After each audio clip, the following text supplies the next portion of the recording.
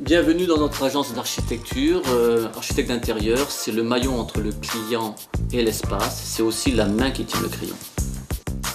Bonjour, un architecte d'intérieur, c'est concevoir des espaces en fonction des desiderata et du cahier des charges de nos clients et faire en sorte de les faire rêver, mais on va vous expliquer tout ça. Christian Gavoil et Valérie Garcia nous ouvrent les portes de leur quotidien et nous livrent les facettes de ce métier tout à fait fascinant. Alors, le métier d'architecte d'intérieur, c'est avant tout de faire de la conception d'espace. Ça passe par l'aménagement, les circulations, les zonings. C'est également créer une ambiance, donc c'est par rapport aux matériaux, aux couleurs, à l'éclairage et également au design des mobiliers qui est généralement spécifique en fonction du besoin et du desiderata de nos clients. Nous sommes un peu les chefs d'orchestre, c'est-à-dire que nous formons des équipes d'artisans, de peintres, de plombiers, de maçons. Et notre objectif, c'est d'être le plus conforme au dessin que nous avons présenté, dessin qui a été accepté par le client. Nous avons un nouveau chantier, nous devons rénover une ébénisterie dans le faubourg. Donc on est allé faire le relevé. Pour Christian et Valérie, la mission démarre. Tout commence déjà par une réunion avec le client.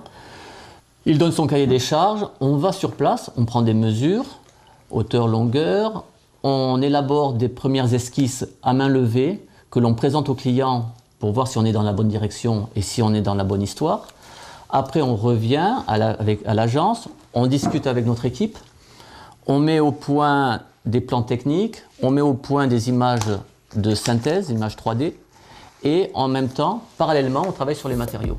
Ouais, le lit. Mais avant de démarrer le chantier, il faudra lancer des appels d'offres auprès de chacune des entreprises consultées afin de vérifier que l'on rentre bien dans le budget que s'est fixé le client. L'architecte d'intérieur doit être ouvert et réactif. Les qualités essentielles, c'est être à l'écoute et être curieux, très curieux, curieux de tout. Mais quand je dis de tout, c'est peinture, cinéma, lecture. Maintenant, on va vous montrer ce qu'est un chantier en cours.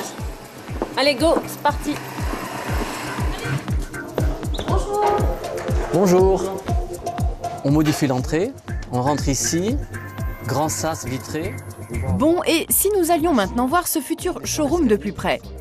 Alors, tout l'intérêt de s'être rendu ici, c'est pour permettre de se rendre mieux compte de ce que c'est le métier d'architecte d'intérieur et faire en sorte d'arriver à se projeter comme on le fait au quotidien, puisqu'étant donné, on arrive dans un capharnaüm et il a fallu présenter au client une esquisse pour lui permettre de visualiser ce que cette cave va devenir dans le futur, donc un showroom.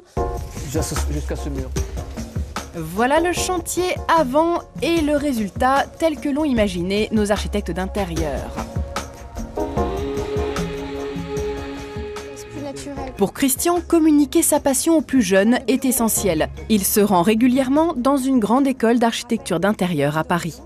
Ce qui m'attire dans ce métier de futur architecte d'intérieur ou designer, c'est justement de réussir à repenser un lieu et d'essayer d'en faire quelque chose de différent ou d'essayer de se l'attribuer avec des éléments un peu qui sortent un peu de l'ordinaire.